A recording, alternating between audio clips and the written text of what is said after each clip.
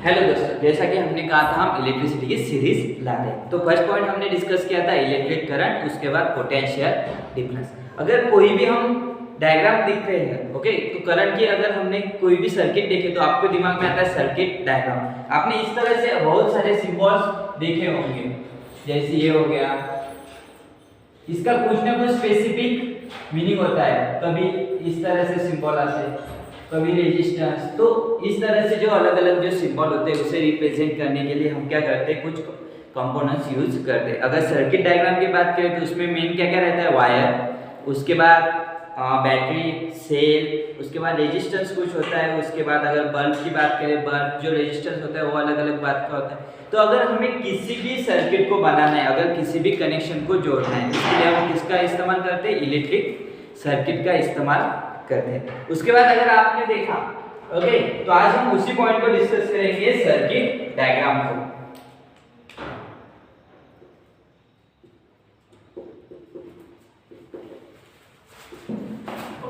अगर हमें circuit diagram निकालनी है तो सबसे पहले क्या लगेंगे, उसके जो मेन कंपोनेंट्स है उसके बारे में हम थोड़ा थोड़ा डिस्कस भी करेंगे और उसके सिंबल्स भी हम देखेंगे। अगर सर्किट डायग्राम, ओके, तो हर सर्किट में क्या होता है, एक सेल होती है, ओके। अब सेल, अब हम बोलते हैं सेल किसे बोल सकते हैं, आपके मोबाइल की बैटरी, नहीं तो हम जो टीवी का रिमोट यूज करते हैं उसमें भी सेल होते हैं। तो उस तरह से जो बैटरी रहती है उसे हम कहते हैं सेल, मतलब जो छोटी पावर सप्लाई के लिए यूज होती है उसे हम कहते हैं सेल। उसका अगर हमने डायग्रामेटिक रिप्रेजेंटेशन देखा तो सिंपल रहता है, ओके। उसके बाद ये जो छोटा टर्मिनल रहता है ये नेगेटिव और जो बड़ा रहता है ये positive, okay. This is the representation of a electric cell. After that अगर यही सेल, देखो कुछ एप्लीकेशन ऐसे होते हैं कि उनको ज्यादा इलेक्ट्रिक की जरूरत होती है, तो हम क्या करते हैं, वही सभी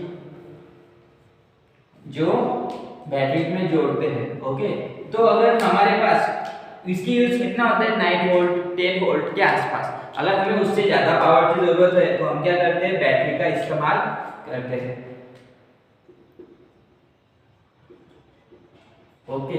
अगर बैटरी की बात करें तो हमें बैटरी में कितने ज्यादा पावर लगेंगे, तो हमें जो सेल्स है वो क्या लगेंगे, ज्यादा लगेंगे। तो उसका डायग्रामेटिकल रिप्रेजेंटेशन सिंपल ऐसा ही रहता है, ओके। तो देखो इसमें सबसे ज्यादा जो स्टूडेंट गलती कहाँ पे करते हैं, ये जो पॉजिटिव नेगेटिव टर्मिनल है ऑलवेज पॉजिटिव टर्मिनल को ही जोड़ना है। नहीं तो अगर आपने इस तरह से लिख लिया नेगेटिव नेगेटिव और यहाँ पे पॉजिटिव, तो क्या हो जाता है, वो टोटल गलत हो जाता है। ये क्या है, ये टोटली रॉन्ग है। जब भी आप बैटरी को रिप्रेजेंट करें तो positive terminal is connected to negative terminal. उसके बाद आता है हमें हर स्विच, उसे स्विच भी बोल सकते हैं, नहीं तो उसे हम बोलते हैं की, ओके।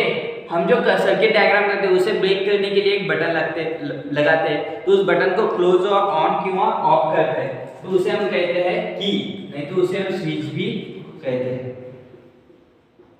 ओके। तो उसका सिंपल रिप्रेजेंटेशन रहता है क्या, इस तरह से डायग्राम, ओके। सर इसमें तो ये तो स्विच की तरह नहीं लग रहा है, तो कुछ इस तरह से भी लिखते हैं। इसे हम ऊपर वाले को हम कहते हैं ओपन और इसको कहते हैं क्लोज, ओके। इसका और एक रिप्रेजेंटेशन होता है कुछ कुछ सर्किट डायग्राम में, इसी को हम कुछ इस तरह से भी लिखते हैं। ये भी हो गया ओपन, और सेकंड रहता है जो इसे कनेक्टेड रहता है, इसे भी कहते हैं क्लोज, ओके। तो देखो करंट का फ्लो होगा जब ये क्लोज रहेगा, इसमें एक ही ऑपोजिट। अगर सर्किट ओपन है तो करंट फ्लो होगा क्या, नहीं, क्योंकि बीच में कनेक्शन ही नहीं है, कनेक्शन ही नहीं है तो इलेक्ट्रॉन फ्लो नहीं होंगे। अगर इलेक्ट्रॉन फ्लो नहीं होंगे तो करंट भी फ्लो नहीं होगा। उसी तरह से ये उसका स्विच का एक रिप्रेजेंटेशन रहता है, ओके। अगर हमारा स्विच क्लोज है तो करंट फ्लो हो रहा है, अगर स्विच क्लोज नहीं है तो करंट नहीं फ्लो हो रहा है। उसके बाद एक पॉइंट आता है वायर जॉइंट, ओके। तो आपने देखा होगा जो सर्किट रहता है उसमें हम क्या करते हैं, अलग अलग तरह से वायर को जोड़ते हैं, ओके। तो आपको पता है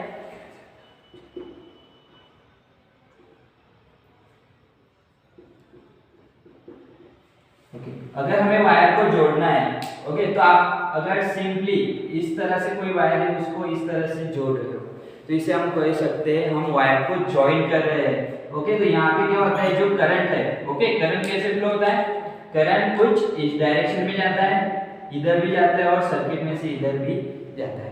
अगर कुछ तरह से अगर यही वायर अगर हमें ज्वाइन नहीं करना है, हमेशा हम वायर ज्वाइन करते हैं क्या, नहीं, तो उसे हम क्या करते, अगर वहां पे ज्वाइन नहीं करना है लेकिन हमें वहां पे दो वायर दिखाने हैं तो उसके लिए हम यूज करते हैं वायर कनेक्शंस, नहीं तो वायर जो क्रॉस होते हैं, ओके, उसे हम कहते हैं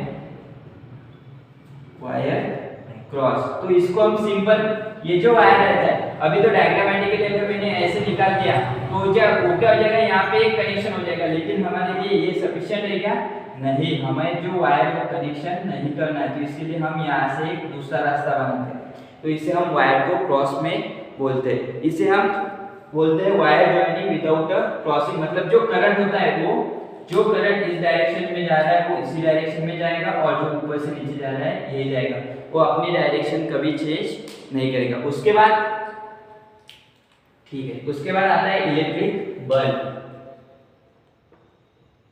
ओके, ये तो पता है आपको किसी भी सर्किट में इलेक्ट्रिक कंडक्टिविटी फ्लो हो रही है क्या नहीं, इसीलिए हम ये सिंबल यूज करते हैं। उसका सिंबल कुछ लोग इस तरह से निकालते हैं, नहीं तो इस तरह से निकाला तो भी चलेगा। इसका यूज तो आपको पता है, अगर सर्किट वर्किंग में है कि नहीं वर्किंग, अगर लाइट ब्लो हुआ मतलब ऑन हो गया तो वो जो सर्किट है वो क्या है, वर्किंग में है। ओके, उसके बाद जो मोस्ट एसेंशियल ये जो कंपोनेंट रहता है, कौन सा वाला, ये वाला, इसे हम कहते हैं रेजिस्टेंस। इसे हम क्या कहते हैं, रेजिस्टेंस। ओके, ये क्या करता है, करंट को अपोज करने का काम करता है। आपने देखा होगा हम फ्यूज वगैरह यूज करते हैं, उसमें भी यही कंसेप्ट यूज होती है, उसके बारे में डिटेल में हम बाद में पढ़ेंगे। अगर इसके बारे में हम बात करें तो इसे कहते हैं रेजिस्टर। ओके, इसका एक सिंबॉलिक रिप्रेजेंटेशन होता है कुछ इस तरह से। ओके, इसे हम कहते हैं रेजिस्टर। ये क्या करता है, जो इलेक्ट्रॉन के जो फ्लो होता है, ओके, इलेक्ट्रॉन का जो फ्लो होता है उसे रोकने का काम करता है। उससे क्या होता है, ज्यादा करंट आगे फ्लो नहीं होता है और हमारे जो सर्किट है उसे बचाता है। लेकिन हर बार अगर हमने इसका एग्जांपल देखा तो आपने देखा होगा जो फैन है उसकी स्पीड हम कम ज्यादा करते रहते हैं, उसे हम कहते उसकी स्पीड कम ज्यादा, लेकिन वहां पे क्या होता है, जो रेजिस्टेंस होता है वो चेंज होते रहता है। अगर रेजिस्टेंस ज्यादा रहा तो क्या हो जाएगा, जो इलेक्ट्रॉन जा रहे हैं वो क्या हो जाएंगे, कम हो जाएंगे। इसका क्या मतलब हो गया कि उस जो फैन की उसकी स्पीड क्या हो जाएगी, कम हो जाएगी। तो हम रेजिस्टेंस को चेंज करना हमें कभी कभी कुछ एप्लीकेशन में जरूरी होता है, इसीलिए हम यूज करते हैं वेरिएबल रेजिस्टेंस। इसीलिए हम क्या यूज करते हैं, वेरिएबल रेजिस्टेंस। अगर वेरिएबल रेजिस्टेंस है तो उसे हमें डायग्राम में तो दिखाना पड़ेगा ना, तो इसीलिए हम सिंबल यूज करते हैं। सिंपल रेजिस्टेंस तो है तो इसीलिए हम रजिस्टर का सिंबल यूज करते हैं, और वो क्या है, वेरिएबल है, मतलब वेरी हो रहा है तो बीच में एक ऐसे एरो निकालते हैं। नहीं तो हम क्या करते हैं, कुछ इस तरह से भी उसे रिप्रेजेंट करते हैं। तो ये भी जो एरो है अगर उसके लेफ्ट और डायरेक्शन की तरफ, मतलब वो जिस डायरेक्शन में मूव होते हैं उस डायरेक्शन में उसे जो रेजिस्टेंस होता है वो क्या रहता है, चेंज होते रहता है। उसके बाद मोस्ट एसेंशियल थिंग रहता है हमारा एमीटर। ओके, क्या रहता है, एमीटर। एमीटर के बारे में पता है आपको, एमीटर क्या होता है, ammeter is nothing but the instrument that used to measure a electric current और फ्लो ऑफ चार्जेस। उसका सिंपल डायग्रामेटिक रिप्रेजेंटेशन रहता है एक बॉल में उसे। ओके, तो ये जब भी हम कनेक्ट करेंगे किसी भी चीज को तो कैसे कनेक्ट करेंगे, सीरीज में। कैसे कनेक्ट करेंगे, सीरीज में। मतलब किसी भी सर्किट में अगर मुझे करंट मोड़ना है तो मैं कैसे, इस तरह से ही लगाऊंगा। लेकिन करंट अगर मैं यहाँ पे अगर ये लगाऊंगा तो जो करंट होगा वो पार्शियली फ्लो होगा, तो मैं एक्यूरेटली करंट बता सकता हूँ क्या, नहीं। तो ये क्या है, ये टोटली रॉन्ग है। तो जब भी हम एमीटर को कनेक्ट करें वो हमेशा किस तरह से कनेक्ट होना चाहिए, सीरीज में, क्योंकि जो सर्किट का इलेक्ट्रिक फ्लो होता है वो कुछ इस डायरेक्शन में जाता है। उसके बाद एक मोस्ट इम्पैक्ट आता है, अगर करंट को, अगर हमने करंट को कैलकुलेट कर दिया लेकिन वोल्टेज को भी कैलकुलेट करना है, उसके लिए होता है वोल्ट मीटर। उसके लिए क्या होता है, वोल्ट मीटर। उसका भी सिंपल रिप्रेजेंटेशन है।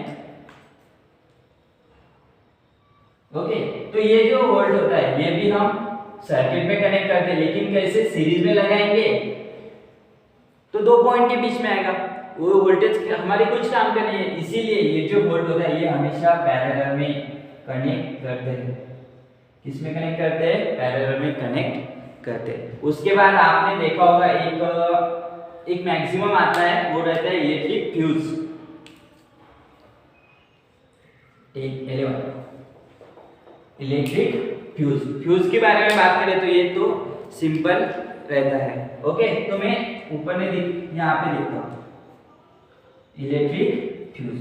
ओके, इसका फंक्शन तो आपको पता है, अगर वोल्टेज ज़्यादा हो गया तो हमारे जो एप्लीकेशन से इलेक्ट्रिक उसे बचाने के लिए वो क्या रहता है, एक सिंपल वायर का टुकड़ा रहता है, और कुछ समय के बाद अगर वहाँ पे करंट ज़्यादा होगा तो वो क्या हो जाता है, ब्रेक हो जाता है, और जो इलेक्ट्रिसिटी सामने नहीं फ्लो होती और क्या करता है, उससे बचाता है। उसका सिंपल रिप्रेजेंटेशन है कुछ इस तरह से। आपको एक वायर की डायग्राम दिखानी है और उससे हम कहते हैं इलेक्ट्रिक फ्यूज। ओके, तो ये है कुछ इलेक्ट्रिक सर्किट के मेन कंपोनेंट। ओके, तो ये आपको आई होप आपको समझ में आ गया होगा। अगर कोई प्रॉब्लम हो तो आप कमेंट सेक्शन में बोल सकते हो, ठीक है। Okay, thank you very much.